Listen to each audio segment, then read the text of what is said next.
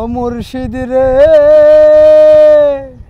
তোমার আশায় রইলাম আমি, আজ বসে তোমার আশায়, তোমারে পাবো বলে খুঁজি আমি ধীরে ধীরে, আজও কি পাবো বলে জানি না বন্ধুরি। আচ্ছা দোস্ত, তোর এটা কত জিজ্ঞেস করি? কি জিজ্ঞেস করবি কর। দোস্ত কত, তোর বাপের বয়স কত? কে? আমার বয়স যত আমার বাপের বয়স তত। কোস কি রে তুই? কি কম আবার, তুই বুঝস নাই? তাহলে কি তোর বয়স আর তোর বাপের বয়স এক নাকি?